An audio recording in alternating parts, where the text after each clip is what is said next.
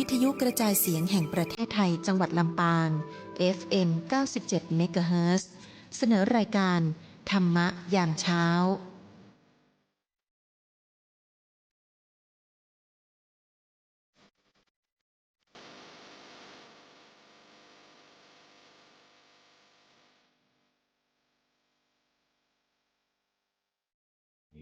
แห่งราตรีที่เมื่อท่านผู้ฟังมีสติสัมปชัญญะรู้สึกตัวขึ้นแล้วเราก็มาฟังธรรมะมาปฏิบัติธรรมะทำจิตใจให้มีความสงบกันในช่วงของจิตตวิเวกทุกวันอังคารทางสถานีวิทยุกระจายเสียงแห่งประเทศไทยเรามาฝึกปฏิบัติไปพร้อมๆกันท่านผู้ฟังวันนี้เราจะใช้การพิจารณาก็คือการคิดนั่นเองใช้ความคิดของเราไม่ได้ต้องใช้เครื่องมืออย่างอื่นล่ะวันนี้เราไม่ได้ใช้ลมหายใจไม่ได้ใช้พุทโธไม่ได้ใช้อานาปานสติหรือการพิจารณากายอย่างใดอย่างใดวันนี้เราเอาความคิดของเราคิดเลยท่านผู้ฟังเราจะเปลี่ยนความคิดให้เป็นการพิจารณาคือถ้าเราคิดเรื่องโน้นเรื่องนี้เรื่องนั้นเรื่องจิปาถะเรื่องอดีตอนาคตปัจจุบันคนนั้นคนนี้คนโน้นคือมันกลายเป็นความคิดฟุ้งซ่านได้ไงไม่เราก็ไม่ได้คิดฟุ้งซ่านใช่ไหมถ้าจะคิดแล้วฟุ้งซ่าน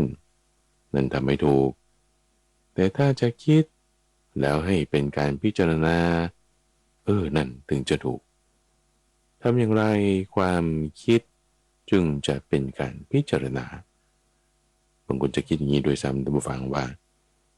ฉันทำสมาธิเนี่ยจะต้องไม่ได้คิดอะไรเลยจะต้องนิ่งเงียบเหมือนทะเลไม่มีคลื่นทะเลไม่มีคลื่นมันจะเป็นทะเลได้ไงท่านผู้ฟังมันก็เป็นหนองน้ำมาสิแต่ทะเลมันต้องมีคลื่น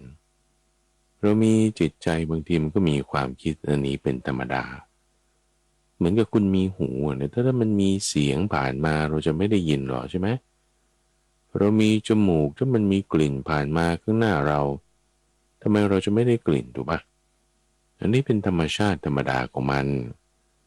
ที่ว่ามันก็ต้องมีความคิดไม่ใช่ว่าไม่มีแต่คิดเนี่ยคิดเรื่องอะไรถ้าคิดเรื่องไปในทางกามพยาบาทเบียดเบียนเผลอเพลินไปในสิ่งนั้นสิ่งนี้เสียงบ้างภาพบ้างความคิดนึกบ้างเช่นเมื่อวานไปกินอะไรมามันอร่อยจริงๆเดี๋ยวเดือนหน้าจะไปกินอีกจะชวนคนนั้นไปกินอันนี้ก็ไปตามลิ้นแล้วก็เรื่องที่คิดนั่นแหละคิดในใจแต่ไปทางลิ้นเป็นกามไปทางตาเป็นภาพตาหูจมูกลิ้นกาย5อย่างนี้เป็นลักษณะของกามคุณได้ถ้าเราคิดไปใน5ช่องทางนี้ความคิดเผลอเพลินไปนั่นคือกามพยาบาทก็ไม่พอใจโกรธเกลียด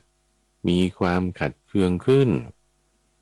หรือว่าคิดน้อยเนื้อต่ำใจคิดอกตัญญูคิดว่าตัวเองไม่ดีอย่างนั้นอย่างนี้มีข้อเสียนั่นนี่อันนี้ก็คิดเบียดเบียนตัวเองเบียดเบียนผู้อื่นเบียดเบียน2 ฝ่าย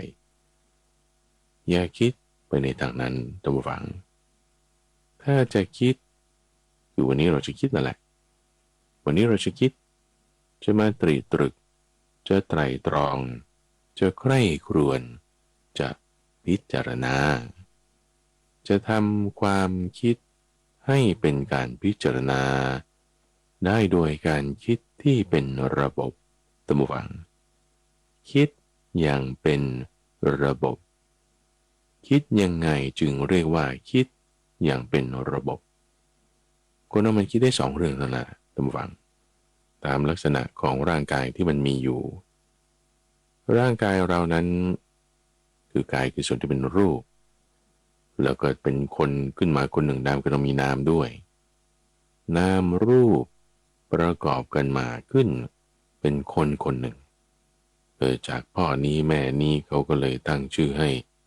ว่าชื่อนี้นามสกุลนี้ก็เป็นนามรูปเหมือนกันทุกคนจะเป็นเด็กใน Gen Z จะยุค Baby Boomer จะยุค Gen X Gen Y Millennium หรืออะไรก็แล้วแต่ต่างก็เป็นนามเป็นรูปเหมือนกันมีชื่อมีนามสกุลแตกต่างกันเกิดเป็นคนขึ้นคนหนึ่งเขาเรียกว่าเป็นนามและรูปนามรูปนี้เวลาจิตใจของเราจะไปมันก็ไปได้ในนามรูปแค่นี้แหละจึงบอกว่าเวลาเราจะมีความคิดนึกเรื่องอะไรเนี่ยมันก็มีแค่เนี้ยนามรูปไม่คิดไปในเรื่องรูปก็คิดไปในทางนามนามก็คือสิ่งที่มันเป็นนามธรรมไม่ได้จับต้องได้ไม่ได้เป็นวัตถุสสารรูปก็คือสิ่งที่เป็นรูปธรรมจับต้องได้เป็นวัตถุสสารพระพุทธเจ้าจึงบัญญัติเรื่องของนามรูปไว้ท่านผู้ฟังวันนี้เรามาพิจารณาไตรตรองคิดวิเคราะห์แยกแยะในนามและรูปคิดยังไงคิดมาทางนามรูปลักษณะที่พระพุทธเจ้าให้คิดให้ตรีตรึกให้ไตรตรองเพื่อให้เป็นการพิจารณาเพื่อให้เกิดปัญญามีความเข้าใจแล้วจะใช้ปัญญานี้ปล่อยวางได้กำจัดความยึดถือได้ท่านให้ไว้7ประการด้วยกันท่านผู้ฟังเราจะมาคิดวิเคราะห์ไตรตรองใกล้ครวนพิจารณาให้เกิดปัญญาจากนามรูปด้วย7ประการด้วยกัน7ประการนั้นมีอะไรบ้างวันนี้เราจะไล่เรียงกันไปเอาหัวข้อก่อนท่านผู้ฟังหัวข้อที่เราจะต้องมาทำการคิดนึกวิเคราะห์ไตรตรองใคร่ครวญพิจารณาเพื่อให้เกิดปัญญาคือความเข้าใจในนามรูปแล้วเอาปัญญานั้นปล่อยวางนามรูปให้ได้7ประการนั้นคือตัวนามรูปเองว่ามันคืออะไรมีตัวมันเป็นอย่างไรนั่นคือข้อที่1ประการที่1ประการที่2ว่ามันมีเหตุเกิดมาจากอะไรให้เจ้านามรูปนี่ประการที่3คือความดับของมันจะดับได้ยังไงเจ้านามรูปนี้ถ้ามันเกิดได้มันต้องดับได้จะเกิดได้เพราะอะไรจะดับได้เพราะอะไรและประการที่4คือที่ว่าจะให้ถึงความดับของมันเนี่ยต้องทำยังไงถ้ามันจะดับได้เพราะสิ่งนี้จะทำสิ่งนี้ให้เกิดขึ้นได้ด้วยปฏิปทาก็ปฏิบัติอย่างไรประการที่5คือรสอร่อยของนามรูปว่านามรูปให้เกิดรสอร่อยในชีวิตในจิตใจของเราได้อย่างไรและประการที่6คือมันมีโทษอันต่ำทรามหรือว่าสิ่งที่เราต้องระมัดระวังอย่างไรและประการที่7สุดท้ายคือเครื่องนำออกที่จะถ้าเราต้องระวังโทษนั้นเราต้องทำยังไงถึงจะป้องกันโทษข้อเสียข้อควรระวังที่เกิดขึ้นกับสิ่งนั้นได้ในทั้ง7ประการนี้ถ้าเราคิดวิเคราะห์ไตรตรองใกล้ครวนพิจารณาเพื่อให้เกิดปัญญาคิดเลยท่านผู้ฟังคิดอย่างเป็นระบบอย่างนี้จะเรียกว่าเป็นการพิจารณาพอเราพิจารณาไปเนี่ยจิตนี่มันจะค่อยระงับลงแล้วพอสมาธิมันพอเหมาะพอสมกันกับกำลังของปัญญาที่เกิดขึ้นมันจะมีบางจังหวะที่จะทำให้เราเกิดความขึ้นมานี่ไม่ใช่ชื่อคนนะทุกฟังแต่มันจะโป๊ะเชะขึ้นมามันจะขึ้นมาเนี่ยนะไอ้ที่ว่าที่ว่าที่ว่าโป๊ะเชะนี่มันจะปล่อยวางได้ไงมันจะทำให้จิตใจของเราเนี่ย มันเบาเกิดความเข้าใจด้วยกำลังปัญญาด้วยกำลังสมาธิที่เราทำเราปฏิบัติเรามาเริ่มกันเลยท่านผู้ฟังวิธีการพิจารณาคือความคิดอย่างเป็นระบบในตัวของเราคือนามรูปตัวท่านผู้ฟังตัวข้าพเจ้าตัวสัตว์บุคคลมนุษย์เทวดาแม้แต่พระพุทธเจ้าเหล่าอริยสาวกทั้งหลายทั้งที่ล่วงลับไปแล้วแล้วก็ที่ยังมีชีวิตอยู่ปัจจุบันแล้วก็ที่ยังจะตามเกิดต่อมายังไม่เกิดตอนนี้ทั้งหมดนั้นน่ะประกอบด้วยนามและรูปแน่นอนฟันธงไม่มีอื่นนอกจากนี้มีเรียกแค่ได้สองส่วนคือนามและรูปถ้าจะมีแต่รูปอย่างเดียวมันก็ไม่ใช่มนุษย์แล้วไงมันก็ไม่ใช่สัตว์สิ่งมีชีวิตละเพราะมันไม่มีนามถ้าจะมีแต่นามอย่างเดียวไม่มีรูปโอ้ยจะไปสื่อสารกันได้ไงคุยกันไม่รู้เรื่องละนั่นก็คือสัตว์ที่อยู่ในชั้นอรูปพรหมเราก็ไม่ต้องไปยุ่งกับตรงนั้นตอนนี้เราอยู่ในกามโลกมนุษยโลกยังไงก็ต้องมีนามยังไงก็ต้องมีรูปมีนามรูปแล้วไอ้เจ้านามรูปที่ท่านว่ามันมีอยู่ตอนนี้มันคืออะไรเอาส่วนที่เป็นรูปซะก่อนท่านผู้ฟังร่างกายของเราที่เราเห็นเป็นสสารจับต้องได้สสารมันก็คือของแข็งของเหลวก๊าซนั่นแหละมันก็อยู่ที่ว่าประเภทไหนด้วยถ้าเป็นน้ำก็เป็นของเหลวที่อุณหภูมิ0 ถึง 100ถ้าเกิน100ขึ้นไปมันก็กลายเป็นก๊าซถ้าต่ำกว่า0ลงมามันก็กลายเป็นของแข็งมันมี3สถานะคือเป็นสสารอื่นๆไม่ว่าจะเป็นคาร์บอนเป็นไฮโดรเจนเป็นไนโตรเจนออกซิเจนหรือซัลเฟอร์หรืออะไรก็แล้วแต่สสารพวกนี้ทั้งหมดก็คือธาตุนั่นเองสสารเหล่านั้นที่เป็นธาตุก็จะมีสภาวะที่แตกต่างกันของแข็งของเหลวก๊าซอย่างที่ว่าอยู่ด้วยอุณหภูมิมันเป็นยังไงความดันเป็นยังไงร่างกายเราก็จึงประกอบขึ้นในทางรูปนั้นคือธาตุนั่นเองตารางธาตุนี่แหละ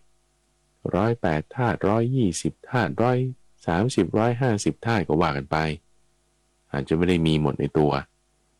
พระพุทธเจ้าแบ่งธาตุออกเอาง่ายๆตามเทคโนโลยีให้เกิดความเข้าใจ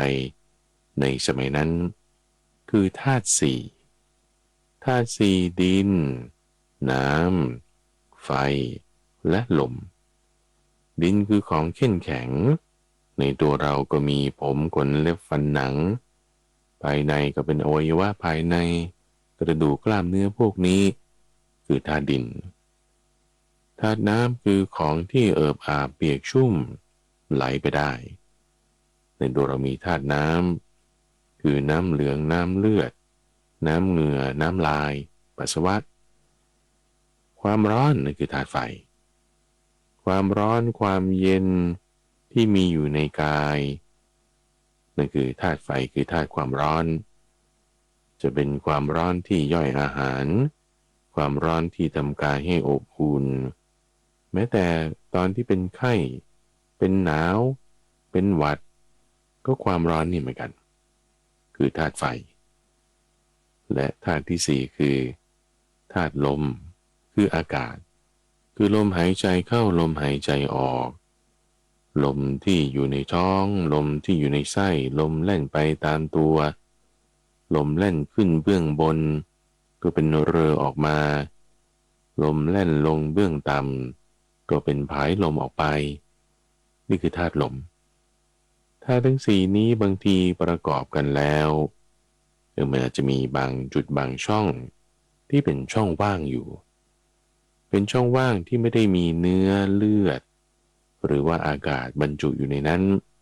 แต่เป็นช่องว่างๆมีช่องว่างนี้ท่านก็เรียกว่าอากาศธาตุก็มีคือหลักๆมีธาตุสี่นี่แหละดินน้ำไฟลมมาประกอบกันนี่เรียกว่ารูปรอเรือสระอูปอปา อ่านภาษาบาลีมาจากคำที่ท่านบัญญัติไว้ว่ารูปะหรือรูปนั่นเอง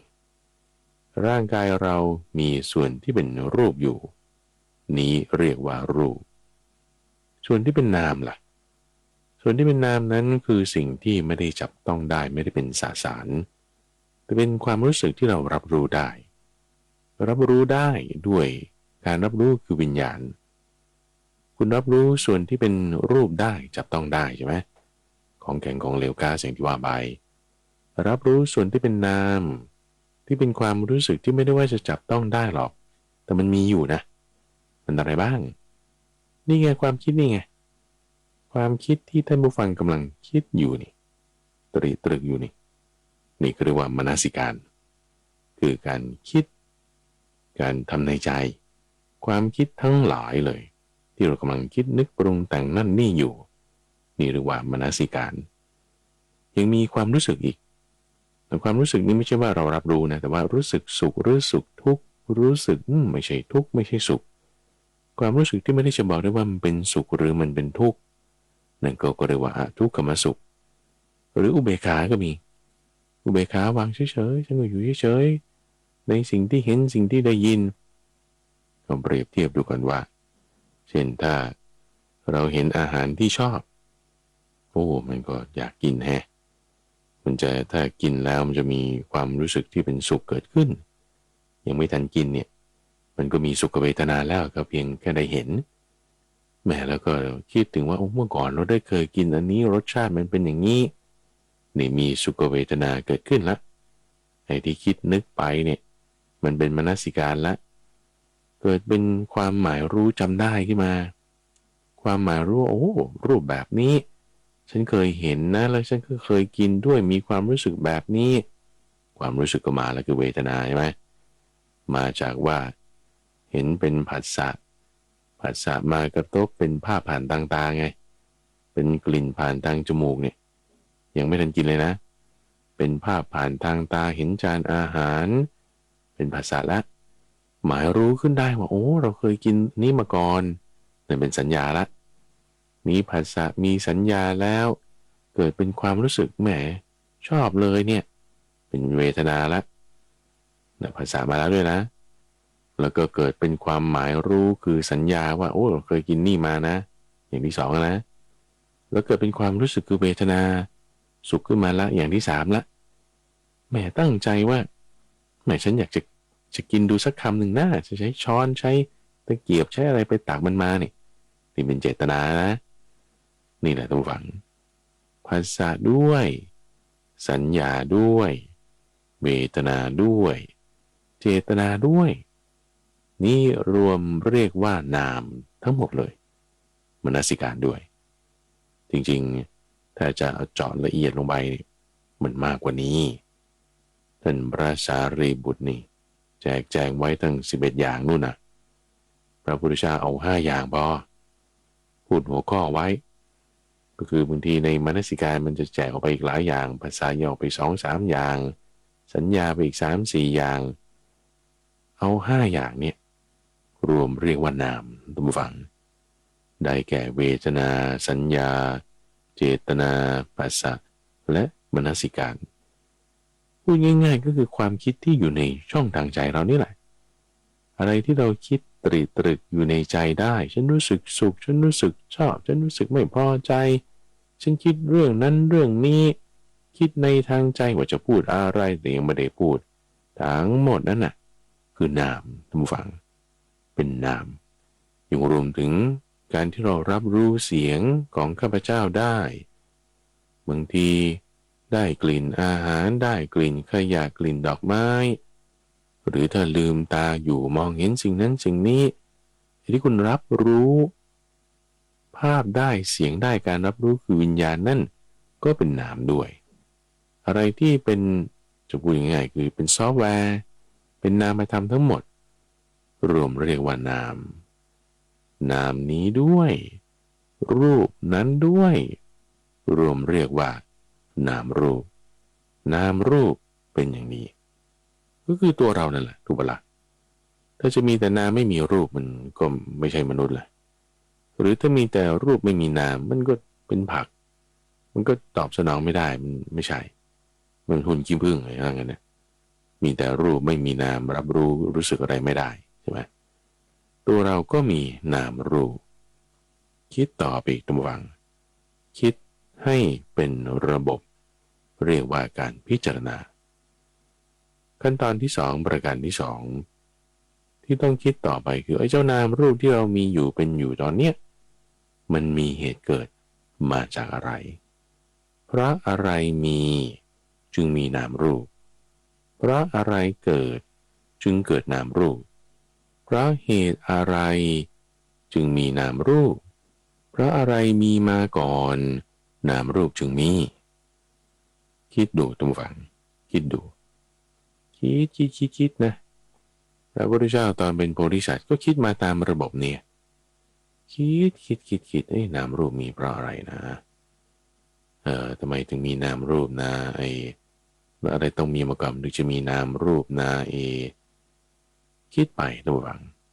ท่านคิดไปแล้วท่านก็ได้คำตอบมาแล้วพระพุทธเจ้าเนี่ยท่านเป็นโพธิสัตว์นะเฉลยบอกว่าเพราะมีวิญญาณเป็นปัจจัยเป็นเหตุให้เกิดเป็นแดนเกิดเป็นสิ่งที่มาก่อนจึงมีนามรูปเพราะมีวิญญาณเป็นปัจจัยจึงมีนามรูปวิญญาณจึงเป็นเหตุเกิดของนามรูปก็เราจะแถมให้นะทุกฝังจริงๆแถมข้อที่8ให้ด้วยก็ได้มาใส่ในข้อที่2นี่เลยว่าเอาแล้วถ้ามีนามรูปแล้วมีอะไรต่อไปนามรูปเป็นเหตุเกิดของอะไรนามรูปเป็นสิ่งที่มีมาก่อนของอะไร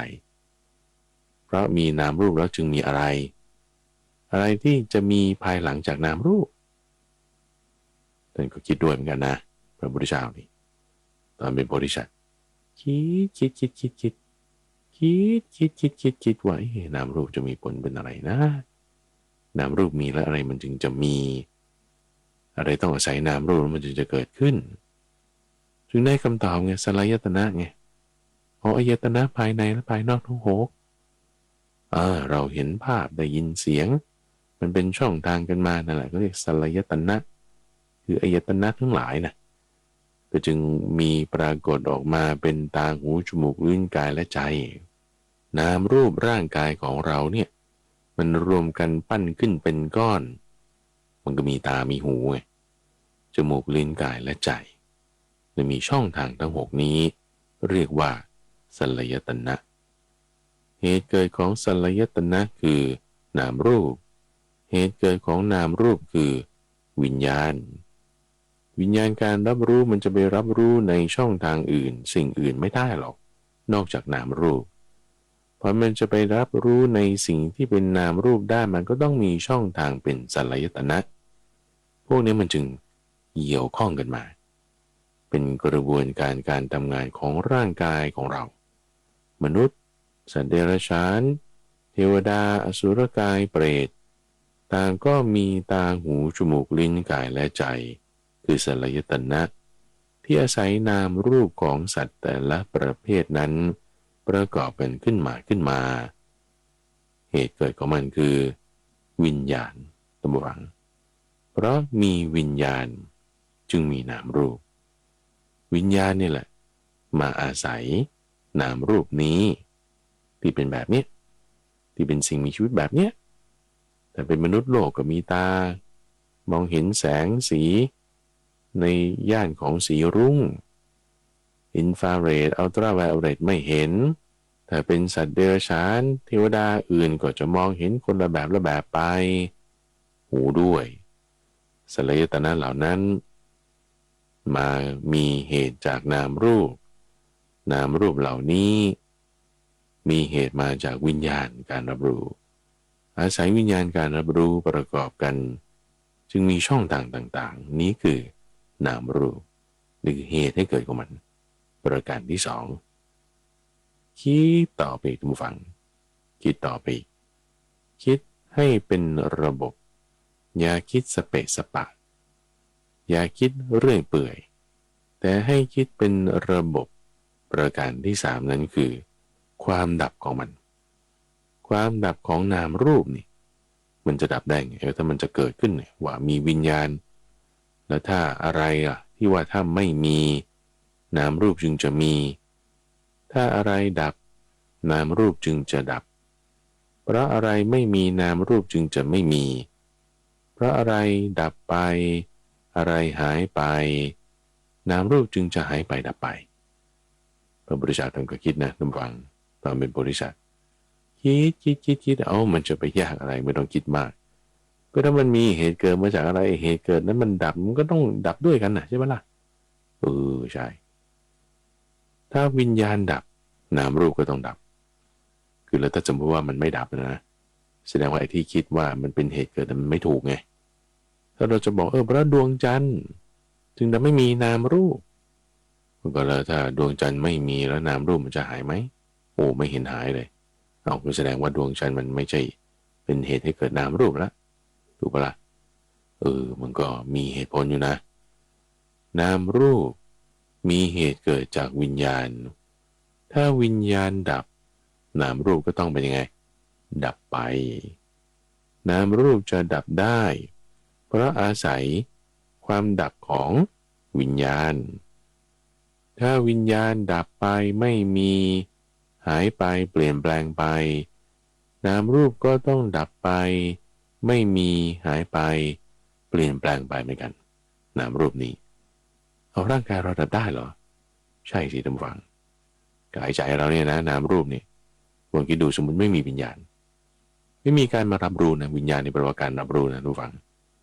วิญญาณนี่ไม่ใช่ว่าแบบเป็นดวงวิญญาณแบบว่ามาสิงร่างนี้แล้วก็รับรู้สิ่งต่างๆไม่ใช่งั้นนะแต่วิญญาณในที่นี้หมายถึงการรับรู้ที่จิตนี่แหละมาปรุงแต่งทำหน้าที่ไปในการรับรู้จิตของเรานี่มายึดถือนามรูปเนี้ยโดยความเป็นตัวตนเวลามันมายึดถือผ่านวิญญาณนี่แหละเพราะวิญญาณเป็นการรับรู้ไงเป็นการรู้แจ้งไง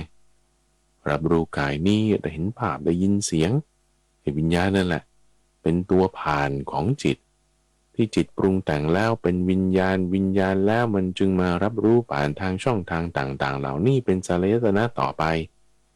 ทีนี้ถ้าไม่มีการรับรู้จิตมันอาศัยอะไรมันอาศัยอะไรไม่ได้จิตมันจะไม่สามารถจะปรุงแต่งแล้วอาศัยวิญญาณมารับรู้มันนามรูปมันก็ต้องดับไง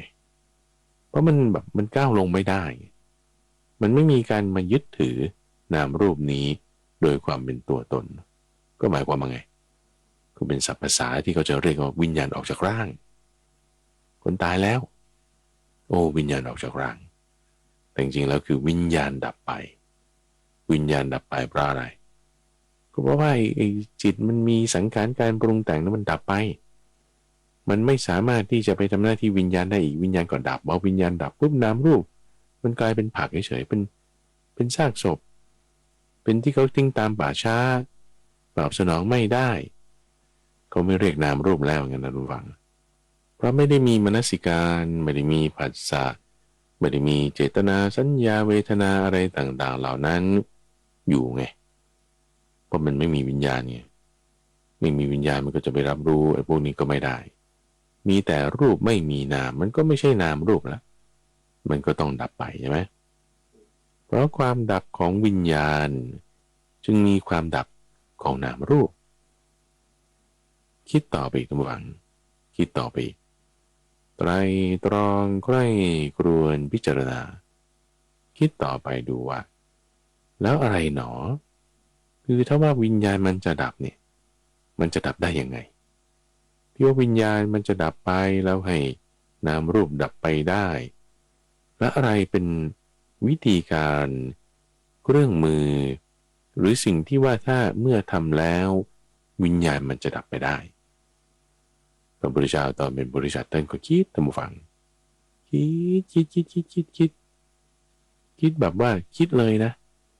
ไม่ได้ว่าไม่คิดแบบอยู่นิ่งๆแบบไม่คิดอะไรไม่ใช่เลยนะคิดเลยท่านผู้ฟังคิดเลยท่านจึงได้คำตอบนี้ขึ้นมาท่านผู้ฟังว่าวิธีการนี้ที่จะให้เกิดความดับของเจ้าวิญญาณเพื่อให้นามรูปดับไปได้นี่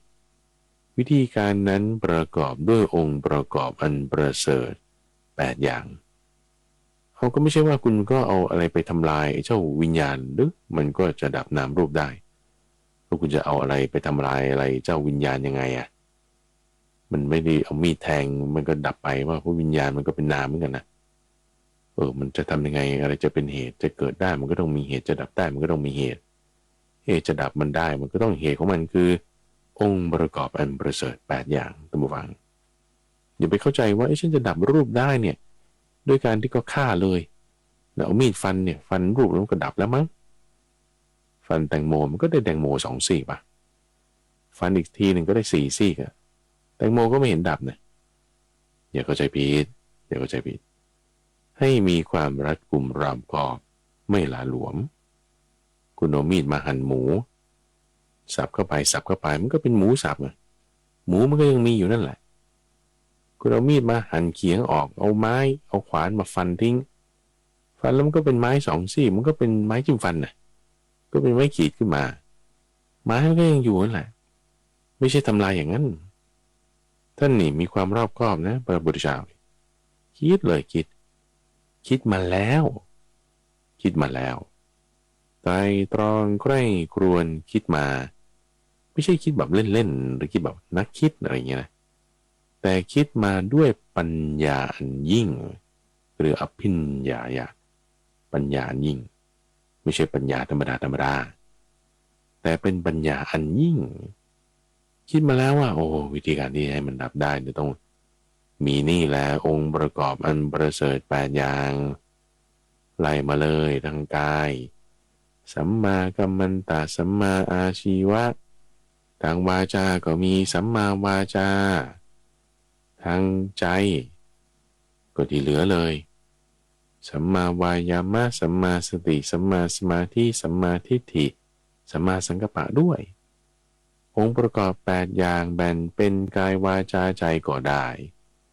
แบ่งเป็นศีลสมาธิปัญญาก็ได้สงเคราะห์รวมได้3อย่างแยกออกได้เป็น8อย่างองค์ประกอบอันประเสริฐ8อย่างนี้นั่นน่ะจะเป็นเหตุให้ถึงจะเป็นข้อปฏิปทาเป็นทางปฏิบัติที่ลงมือทำได้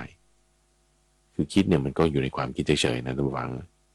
มันยังไม่ได้เป็นแนวทางการปฏิบัติแนวทางการปฏิบัติที่จะลงมือทำได้ทางกายวาจาใจนั่นคือองค์ประกอบอันประเสริฐ8อย่างนี้หรือว่าอริยมรรคมีองค์8ซึ่งท่านผู้ฟังอาจจะยังไม่เข้าใจตอนนี้นะว่านี่มันจะไปดับกันได้ยังไงสมมติฉันปฏิบัติตามศีลสมาธิปัญญาแล้ววิญญาณมันจะดับได้ไงเพื่อให้นามรูปมันดับใช่ไหมเดี๋ยวเราจะว่ากันเอาตรงนี้เข้าใจหัวข้อกันคือท่านคิดมาแล้วเข้าใจปะคำตอบท่านได้มาแล้วเกิดจากการทดสอบทำอยู่หลายอย่างไอ้ที่ว่าเอามีดไปสับไปผ่าไปฟันทรมานตัวเองคิดว่าอะไรที่ทรมานกายแล้วทางจิตใจมันก็จะถูกบีบคั้นบี้ไปด้วยเนี่ยท่านก็ทดลองมาแล้วแต่มันไม่เวิร์กตอนนี้จึงได้ความรู้ว่าองค์ประกอบอันประเสริฐ8อย่างเฉลยให้แล้วดูคำตอบให้เลยบอกให้ด้วยแล้วมันเวิร์กกันยังไงเดี๋ยวจะว่ากันต่อไปนั่นคือประการที่4ที่ต้องคิดอย่างเป็นระบบถัดมาประการที่5ระวังตอนนี้เราก็ใช้ตัวมันคือนามรูปเราก็ใช้เหตุเกิดของมันเจ้านามรูปนั้นคือวิญญาณเราก็ใจว่าความดับของเจ้านามรูปนั้นคือความดับของวิญญาณเราก็ใจแล้วว่าปฏิปทาให้ถึงความดับของนามรูปได้นั้นคือข้อปฏิบัติ8อย่างดูแล้วมันก็คล้ายกับอริยสัจ4นะถูกไหมใช่ต้องฟังใช่พระพุทธเจ้าให้คิดตามระบบของอริยสัจ4ไงตัวมันเหตุเกิดความดับและข้อปฏิบัติให้ถึงความดับหลักการนี้เท่านั้นระบบนี้เท่านั้นท่านผู้ฟังที่จะเป็นระบบหลักการวิธีคิดที่จะคิดแล้วเป็นการพิจารณาเพราะถ้าอย่างอื่นมันไปเรื่องฟุ้งซ่านเรื่องบ้าบอเรื่องที่ไม่ได้จะทำให้พ้นทุกข์ได้เรื่องยิ่งจะให้เกิดความยึดถือต่อไปเรื่อยๆระบบของอริยสัจ4ท่านผู้ฟัง จึงเป็นระบบคิดที่จะเป็นการใกล้กรุนโดยแยบคายเป็นการพิจารณาแล้วจึงจะเกิดปัญญานอกจากระบบคิดในเรื่องอริยสัจทั้งสี่บางนัยยะตามฝั่งอย่างที่นี่ต้องก็แถมให้อีก3อย่างแต่ถ้าจะต่อไป3อย่างเซตนี้เป็นอีกเซตหนึ่งของเขาแยกต่างหากก็ได้มีความคล้ายคลึงกันอยู่3อย่างต่อมาประการที่5คือรสอร่อยรสอร่อยมาจากคำว่าอัสสาทะเราจะคิดอย่างนี้ก็ได้ก็พูดง่ายคือข้อดีนะจะว่าข้อดีมันก็พูดไม่ถูกแต่หมายถึงว่าเราจะได้ประโยชน์จากมันยังไงเราจะได้ประโยชน์จากสิ่งเนี้ยยังไงนามรูปเนี่ยมีประโยชน์อยู่นะประโยชน์ที่เราจะได้รับตรงนี้เขาเรียกว่าอัสสาทะแปลว่ารสอร่อยของสิ่งนี้รสอร่อยของนามรูปมันมีด้วยเหรอคือไม่ใช่ว่าเอาลิ้นไปชิมดูแล้วมันก็อร่อยดีไม่ใช่งั้นนะหรือว่าเป็นข้อดีของมันแต่หมายถึงว่ามันเป็นประโยชน์ที่จะให้เกิดความสุขความสมนัสกับเราได้สุขโสมนัสอันใดอาศัยนามรูปแล้วเกิดขึ้นสุขโสมนัสนั่นแหละเรียกว่ารสอร่อยของนามรูปยังไงนะก็บางทีเราอาศัยรูปนี้แล้วให้เกิดสุขโสมนัสเนี่ยเช่นบางคนเห็นสินค้าประเภทหนึ่งรูปอันหนึ่งเห็นแล้วโอ้โหชื่นใจเนี่ยชอบมากเลยสีนี้เนื้อนี้สิ่งนี้เห็นแล้วชอบดีนั่นแหละคือรูปแล้วมันเกิดรสอร่อยขึ้นละสุขโสมนัสขึ้นละรสอร่อยนี่ไม่ใช่ว่าข้อดีนะเพราะว่าดีหรือเสียเนี่ยมันแล้วแต่คนจะวัดกันใช่ไหมแต่ว่านี่มันให้ประโยชน์เราได้ประโยชน์ให้เกิดความสุขโสมนัสนี่แหละซึ่งสุขทุกข์ของแต่ละคนมันก็ไม่เหมือนกันนะบางคนชอบผ้าชอบสีชอบของชอบอาหารนี้อีกคนหนึ่งไม่ชอบแต่ว่าแต่ละคนมันก็ชอบของแตกต่างกันก็จึงเรียกว่ารสอร่อยตรงนี้หรือนามล่ะความคิดน่ะคุณมีไอเดียในการที่จะเปลี่ยนแปลงสิ่งนี้ทำสิ่งนั้นนี่เป็นลักษณะของสัญญาความหมายรูปแบบหนึ่งการออกแบบการวางแผนการคิดประดิษฐ์เป็นอินโนเวชันต่างๆแล้วเกิดความสุขเมื่อฉันทำสำเร็จแล้วเนี่ยมันให้ความสุขเรานะไอ้ที่ว่าฉันคิดสิ่งใหม่นี้เป็นนามขึ้นอย่างเขียนโปรแกรมซอฟต์แวร์คอมพิวเตอร์เนี่ยก็เหมือนกันนะฟังเป็นนามทั้งสิ้นนะจริงๆแล้วมันเป็นรูปละเอียดที่ต้องอาศัยนามในการที่จะเห็นได้เข้าใจได้นั่นคือซอฟต์แวร์โปรแกรมก็เป็นอิเล็กทรอนิกส์ใช่ไหมอิเล็กทรอนิกส์มันก็เป็นรูปที่ละเอียดเดี๋ยวคุณจะเข้าใจสิ่งนี้ได้คุณต้องอาศัยนามเนี่ยคือสัญญานามเนี่ยคือการตรึกมนสิการแล้วเรารู้สึกว่าเราสำเร็จเราสุขใจที่เราได้ทำสิ่งนี้ขึ้นอันนั้นแหละมันคือน้ำคือรสอร่อยที่เกิดจากน้ำนั้นรูปนั้นความรู้สึกดีรู้สึกสุขนี่แหละจึงเรียกว่าเป็นอัสสาทะคือรสอร่อยของมันมีรสอร่อยมีประโยชน์ที่เกิดขึ้นแล้วมีข้อควรระวังด้วยคือถ้าจะพูดว่าข้อเสียมันก็ไม่ค่อยถูกเท่าไหร่ระวังเพราะว่ามันไม่ได้เป็นแอบโซลูทคือมันไม่ได้เสียโดยส่วนเดียวสำหรับแต่ละคนแต่ว่าข้อที่ต้องระวังในประโยชน์ที่เราจะได้รับประโยชน์ที่เราจะได้รับจากสิ่งใดสิ่งหนึ่ง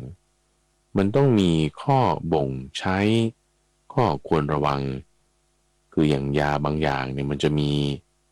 side effect ที่อาจจะมีผล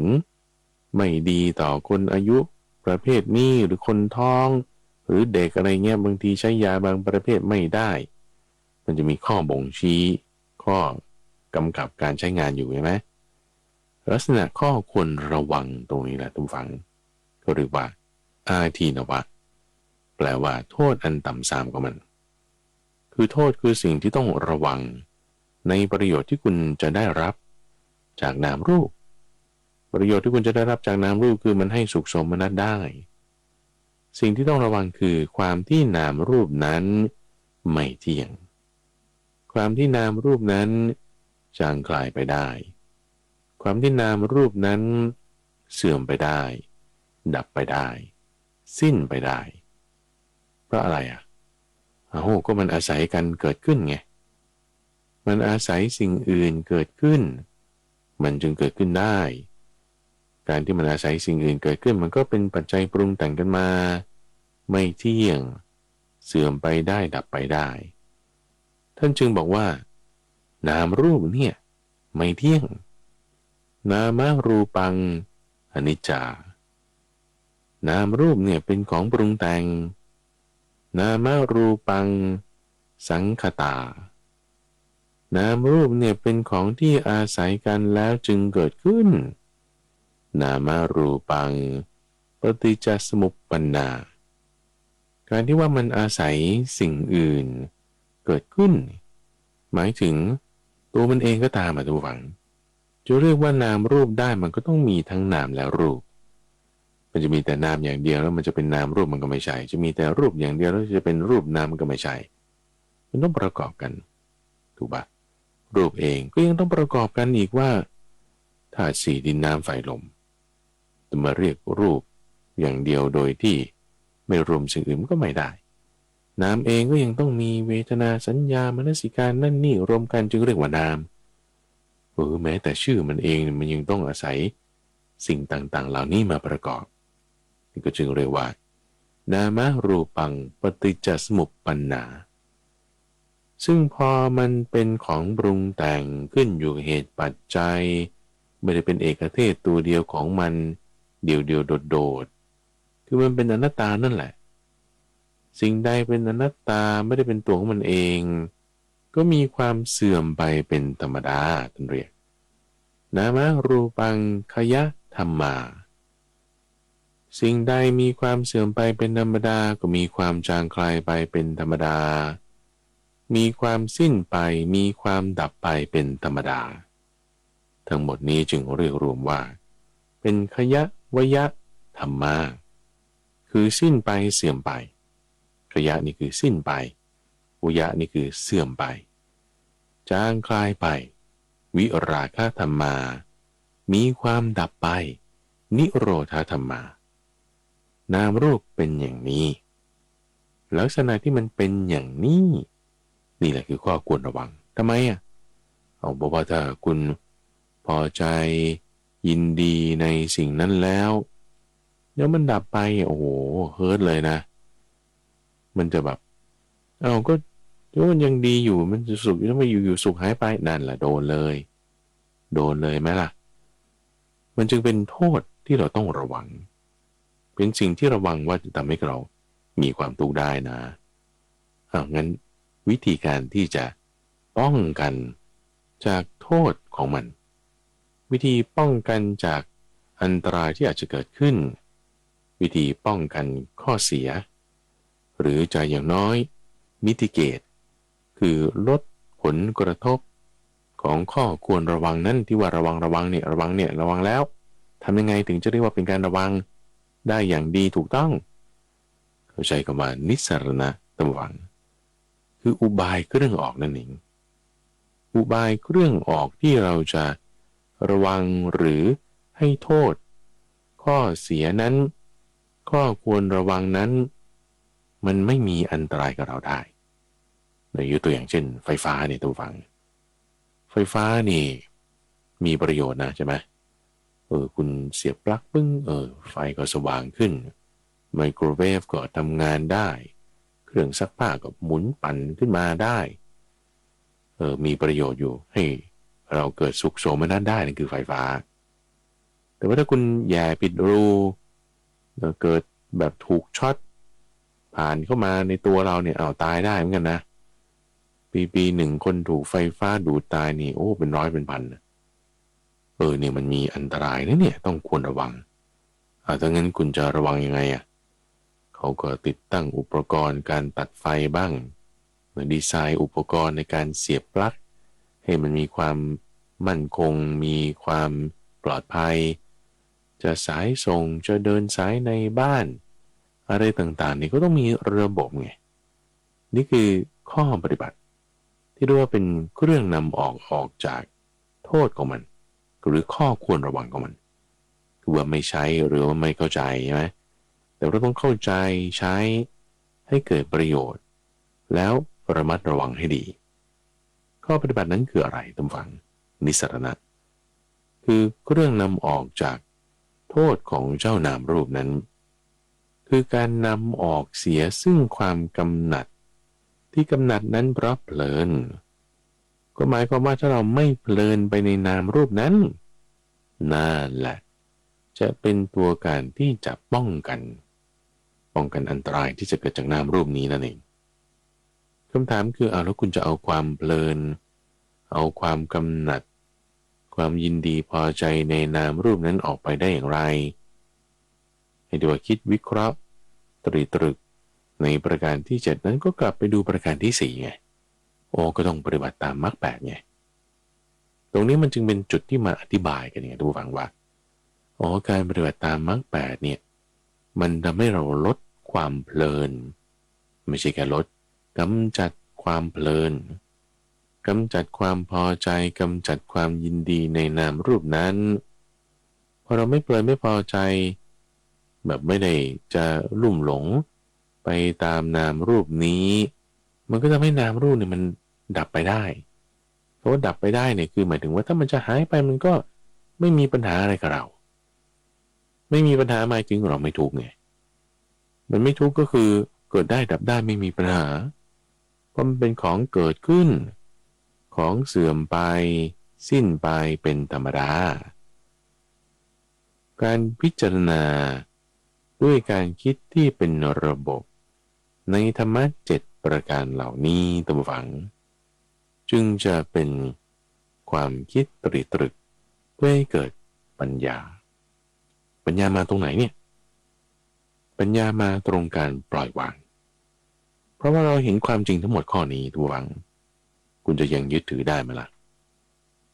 ก็ถ้าจะยึดถือมันก็ต้องแบบเหมือนว่าถ้าฉันจะเอาอะไรที่มันจะมาเป็นประโยชน์กับฉันเนี่ยมันก็ต้องเอาสิ่งที่มันดีๆหน่อยใช่ไหมล่ะถ้าฉันจะยึดถืออะไรสักอย่างใดอย่างหนึ่งก็ยึดถืออะไรที่มันดีๆหน่อยอะไรที่มันไม่ดีจะไปยึดถือทำไมใช่ไหมแต่พิจารณาแล้วนามรูปเป็นยังไงมันมีสาระมีอะไรที่จะให้เรายึดถือได้หรือไม่นามรูปดับไปได้นิโรธธรรมมานามรูปจางกลายไปได้วิราคะธรรมมานามรูปสิ้นไปได้เสื่อมไปได้ขยะวยะธรรมมานามรูปนี่เป็นของไม่เที่ยงเป็นอนิจจาก็ไปถึงเปิดดูออกแล้วเหมือนคุณจะไปหาแก่นไม้ในป่าใช่ไหมก็ไปตัดต้นไม้มาต้นหนึ่งไปตัดออกเคาะดูถ้ามันแข็งผ่าดูมันมีแก่นยังเอามาใช้ประโยชน์ได้เอาทางกาบออกผ่ากระพี้ออกยังมาทำเป็นเสาเรือนมาทำเป็นบันไดมาทำเป็นพื้นไม้อะไรต่างๆแต่ถ้าเกิดไปตัดต้นไม้ต้นหนึ่งในป่ามาเสร็จปุ๊บเคาะดูแล้วก็ปอกกาบออกนี่ปอกกาบออกปอกกาบออกไสออกไสออกกระพี้ก็ไม่เห็นแล้วแก่นอยู่ไหนเนี่ยไม่มีแก่นก็ไม่มีไม่ต้องพูดถึงแก่นกระพี้ก็ไม่เห็นแต่กาบเฉยมันต้นกล้วยปะโถนั่นไปตัดต้นกล้วยมาคิดว่าจะไปเอาไม้แก่นนั่นไปเอาต้นกล้วยมาแล้วมันจะไปเจอแก่นที่ไหนมันไม่เจอแก่นหมายถึงไม่เห็นสาระอะไรทั้งหมดเรามาพิจารณานามรูปอย่างเงี้ยตัวเราเนี่ยนามรูปเนี่ยหาสาระนะเราจะหาสาระนะทุกฝังเรามีวิธีคิดตาม7ประการเนี่ยเพื่อที่จะหาว่ามันเป็นยังไงใช่ไหมล่ะ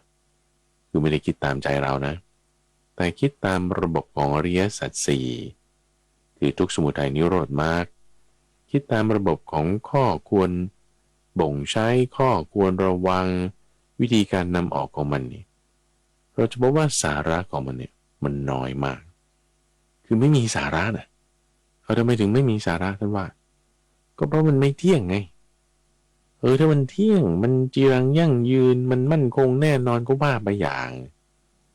แต่พอดูไตรตรองอย่างรอบคอบคิดอย่างเป็นระบบตาม7 ขั้นตอนนี่มันไม่มีสาระนี่มันไม่เห็นคือเพราะหลักๆคือไม่เที่ยงเพราะหลักๆคือเป็นอนัตตาเพราะหลักๆคือในเมื่อมันไม่เที่ยงเป็นอนัตตามันขึ้นอยู่กับสิ่งอื่นมันจะทนในสภาพเดิมหรือมันไม่ได้คือมันเป็นทุกข์นามรูปเป็นทุกข์ตั้งวังเป็นทุกข์เพราะว่ามันอาศัยปัจจัยอื่นเกิดขึ้นเป็นอนิจจาเป็นอนัตตาสิ้นไปเสื่อมไปจางคลายไปดับไปได้สภาวะที่มันทนอยู่ในสภาพเดิมไม่ได้นี่คือมันเป็นทุกข์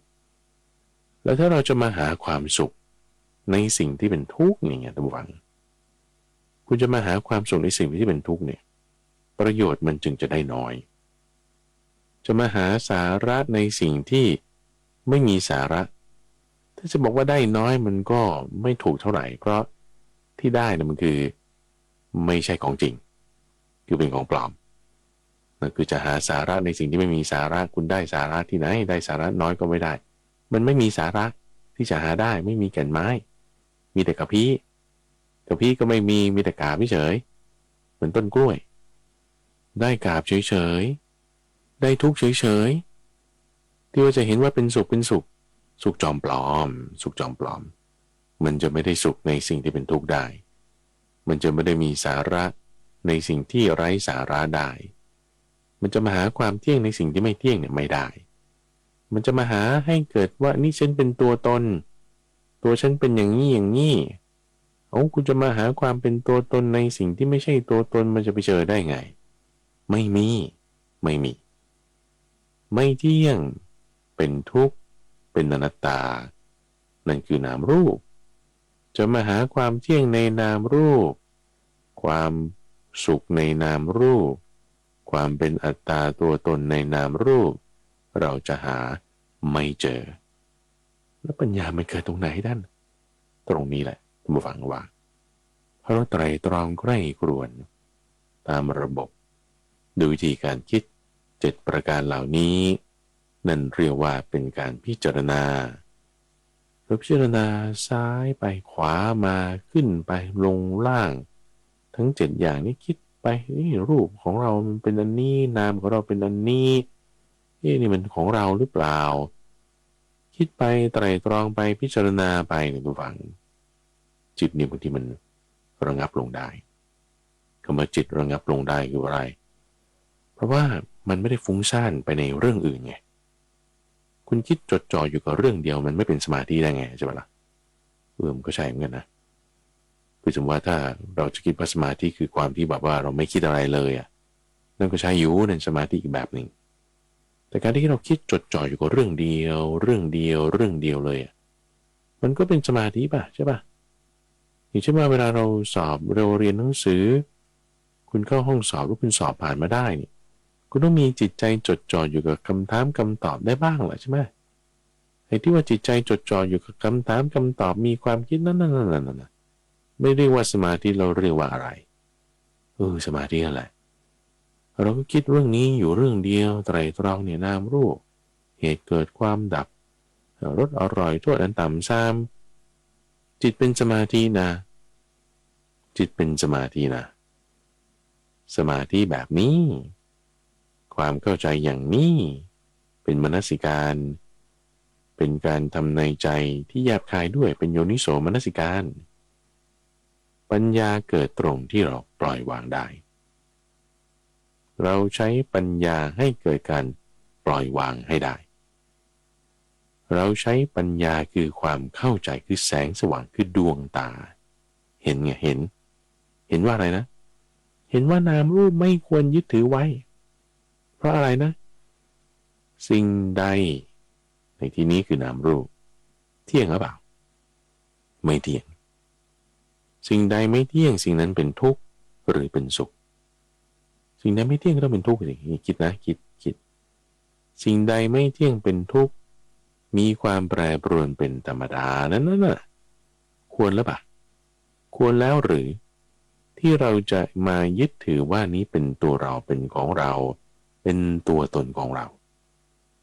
ไม่ควรนะคิดดูดีๆถูกปะสิ่งไหนไม่มีสาระเราจะไปเอาสาระในสิ่งนั้นสิ่งไหนเป็นทุกข์เราจะไปหาสุขในสิ่งนั้นสิ่งไหนไม่ใช่ตัวตนเป็นอนัตตาเราจะไปถือความเป็นอัตตาเป็นตัวตนในสิ่งนั้นมันไม่ค่อยถูกเท่าไหร่ไม่ถูกไม่ควรเราไม่ควรยึดถือนามรูปนี้โดยความเป็นตัวตนแต่ว่านี่คือดวงตานะนี่คือปัญญานะนี่คือความเข้าใจนะนี่คือความเห็นนะนี่คือแสงสว่างเนี่ยนั่นแหละปัญญาเกิดขึ้นเห็นแล้วไงวางดิครับรออะไรสิ่งใดไม่เที่ยงเป็นทุกข์มีความแปรปรวนเป็นธรรมดาเราไม่ควรจะยึดถือว่านี้เป็นตัวเราของเราเราก็วางสิ่งนั้นเสียเหมือนคุณกวาดหญ้าใบไม้แต่ในที่บ้านเนี่ยเศษขยะอะไรต่างๆเริ่มไงมันจะไปใช้ประโยชน์อะไรได้จะขยะพวกนี้ก็ทิ้งไปดิเหมือนกันนะเราไม่เห็นสาระอะไรในนามรูปทำไงวางดิวางเลยวางได้ด้วยอะไรเห็นว่าอะไรไม่มีสาระเห็นนี้คืออะไรปัญญาไงปัญญาจึงให้เกิดการปล่อยวางได้ปัญญามันเกิดตรงนี้ทุกฝังเกิดปัญญาแล้วจึงปล่อยวางได้นั้นคือปัญญาเกิดแล้ววางได้เพราะเห็นตามความจริงว่ามันไม่ควรค่าแก่การยึดถือวางแล้วเหลืออะไรท่านผู้ฟังวางนามวางรูปก็ว่างๆสิมันก็เบาปล่อยของหนักลงแล้วเหลืออะไรก็เหลือความเบาไงเหลือความเบาเหลือความว่างจิตใจเรามันจะมีความสบายมันจะมีความเบาไม่ใช่ความเบาแบบสมาธินะเพราะว่าสมาธิมันเป็นแบบก็ระงับแบบเบาๆแต่ว่าไอ้ความเบาแบบว่าเราวางแล้วมันเบาเนี่ยมันไม่เหมือนกันคือทำใจได้นะอย่างเช่นเราปล่อยวางเรื่องใดเรื่องหนึ่งได้เรื่องลูกเราปล่อยวางได้เรื่องงานเราปล่อยวางได้เรื่องสามีเรื่องภรรยาเราปล่อยวางได้เรื่องสิ่งแวดล้อมเราปล่อยวางได้เรื่องชาติบ้านเมืองเรื่องการเมืองเรื่องเศรษฐกิจเรื่องการงานเราปล่อยวางได้เนี่ยเราจะเบาปล่อยวางได้ไม่ใช่ไม่สนใจนะ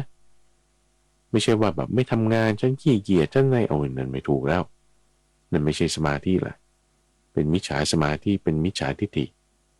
แต่ว่าปล่อยวางได้เนี่ยมันคือเรื่องของในใจเราเป็นสัมมาทิฏฐิ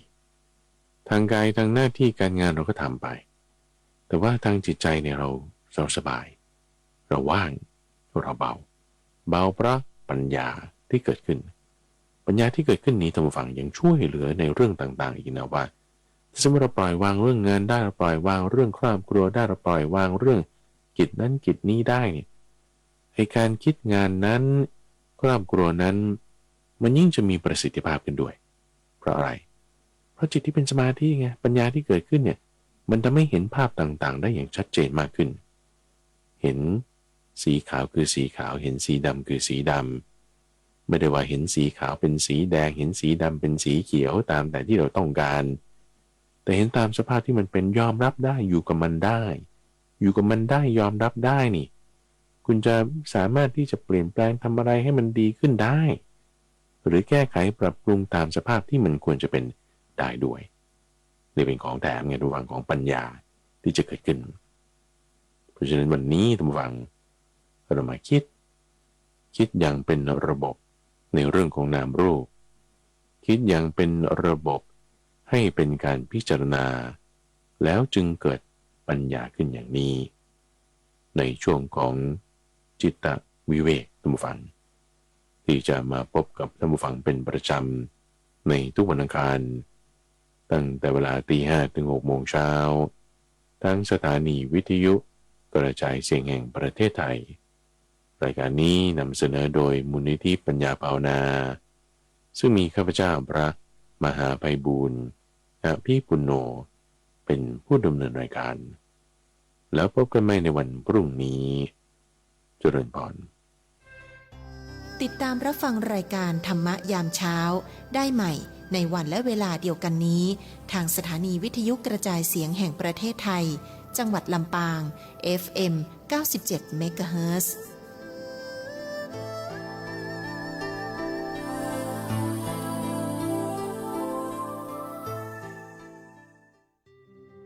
ขอบคุณ ขอโทษ ขอบคุณ ขอโทษ ขอบคุณ